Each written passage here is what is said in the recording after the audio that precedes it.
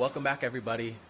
I missed you guys. It's been a very long time, but I am back at 55 Mores, and we're here with an interesting series of videos, and I just can't wait to get into it. So let's waste no time and let's go. So for today, we have a full driveline flush on my F30 335i xDrive manual, and as you can see, we have front diff fluid, transfer case, manual transmission, and rear diff. I'll have all the links in the descriptions of where I got this from.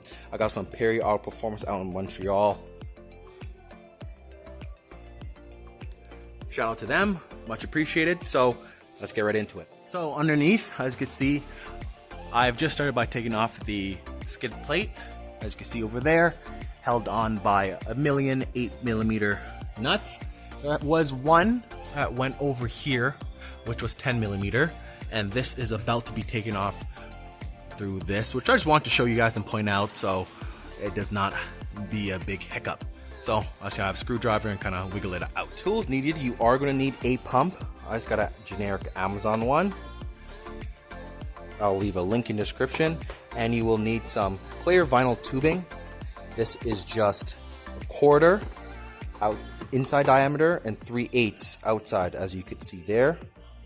Of course, you're going to need socket sets, torque wrenches, you will need e-torques, and you will need some Allen, and then this one is number 14, camera, there it is, 14, which you will need to remove, I know for a fact, the rear diff bolt, and maybe the front diff as well, but we shall see when we get there.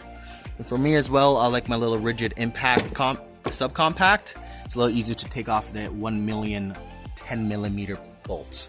So as you can see, I already got the front removed, and now I am working on this little piece, as it has this little contraption here, which I was wrestling it for a little bit, but I think I'm just going to remove the 10mm up there. Here's the drain bolt, and it's kind of going to be hard to see on camera, but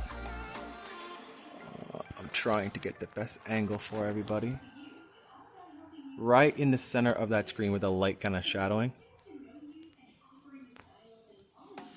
is where the fill bolt is. And to give you guys a kind of an idea, this is the front of the car. This is towards the back, of course. It will be on this side of the axle is the fill bolt.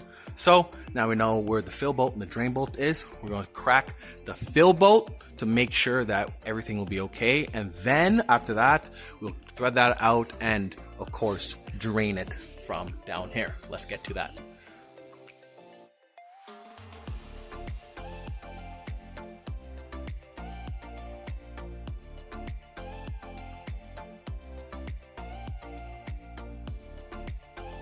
So I have it drained. It actually does not look too bad at all, but it's 100,000 kilometers and I plan on taking this car to very big heights, so just drain it. Be careful because this thing smells absolutely horrific. And wear gloves too, please. So now that I have both the drain and the fill bolts, I'll get the exact order numbers and part numbers for this. But do replace them, as they do have a green seal inside of them. You could see that. So now let's seal it up and we shall start the fill.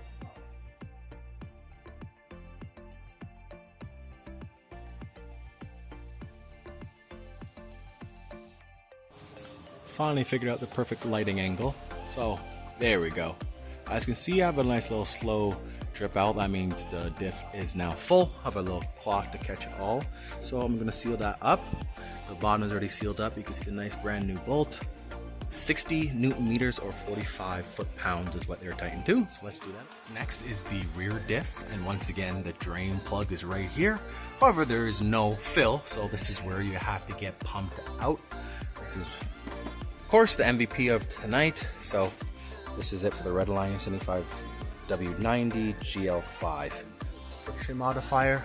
So let's get that removed and pumped out. So now that the fluid's all pumped out, that was the color, I'm trying the sun out of it, of the rear diff fluid.